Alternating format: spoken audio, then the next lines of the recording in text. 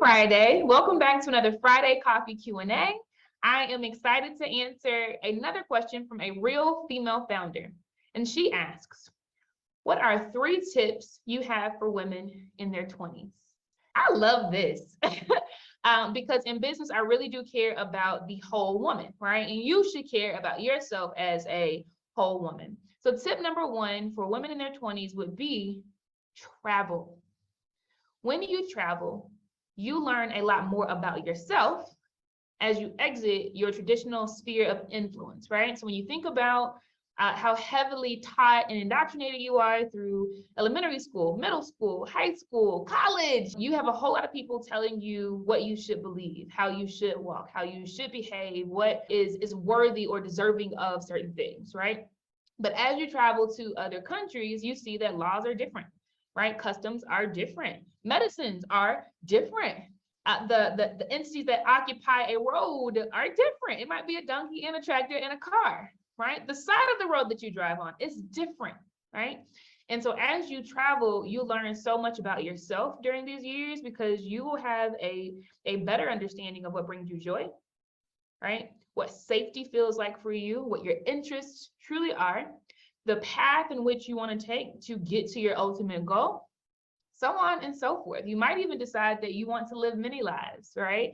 And try many things throughout life, and that is completely fine.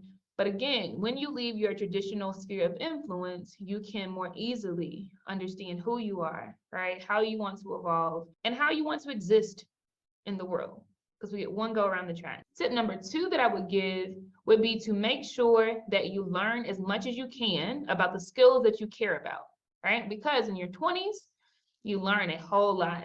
In your 30s, you actually refine those skills that you have, and you develop your voice, you develop yourself as a person who has a lot of intuition and experience and opinions, theories about what things should be and how things should be done, etc. And in your 40s, you actually get the opportunity to coast. You're actually able to pull from wisdom and advise, consult, etc. But you don't have to learn necessarily as much about a particular skill or industry, etc., as you did in your 20s. So in your 20s, learn as much as you can about the skills that you're interested in. That could be going to college, that could be going directly to a trade school, that could be enrolling in courses, that could be immersing yourself in community. It could be traveling to different countries and learning from different folks in a particular trade or discipline so that you are a generalist. Whatever it is, learn as much as you can in your 20s. It is not about mastery at that point necessarily. It is about absorbing as much knowledge as you possibly can so that you can leverage that knowledge to do incredible things in your 30s as you continue to refine your skills. And then in your 40s, whoo, right? You move with so much ease and grace if you take this approach that I am recommending. And then tip number 3 would be to allow yourself to be comfortable with the absence of finality. I'm going to say that again.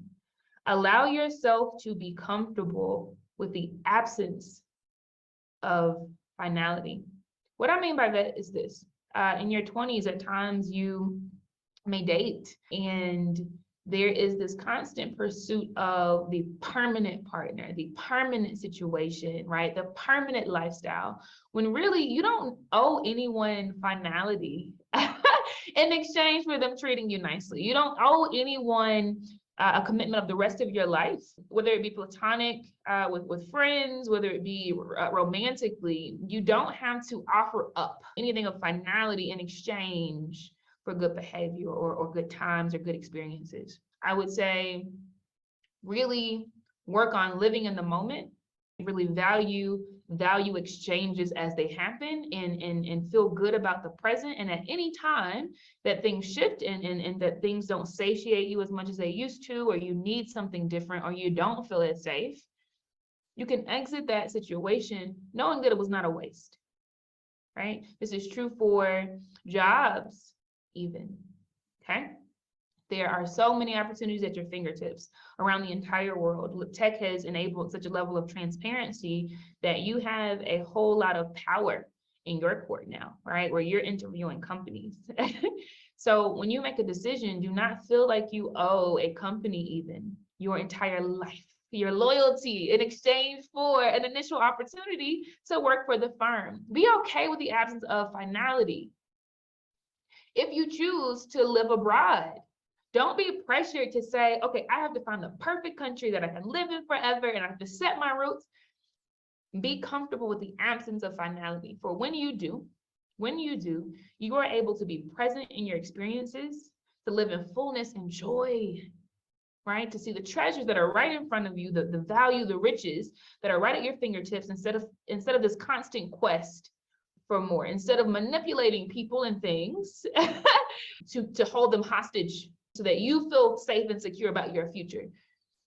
Be comfortable with the absence of finality. Be very, very present in the moments that you are in. Nothing is a waste. You learn, you have a lesson, you win, you triumph, so on and so forth. There's always an additive experience in any situation. So work on that. And I say work on that because folks will prime you to chase finality, right? Folks will prime you to find, the perfect family structure and the perfect house and the perfect city to stay in, etc. So it will take some work in your 20s once you have full agency to call your own shots and do what you want to do. It will take some work to rest in the present and trusting your gut enough, trusting your nature and your intuition enough to lead you down the path that is most fulfilling for you at any given time. And that is okay. So those are my top 3 tips. I hope that this was helpful. It was a great question. Thank you so much for tuning in.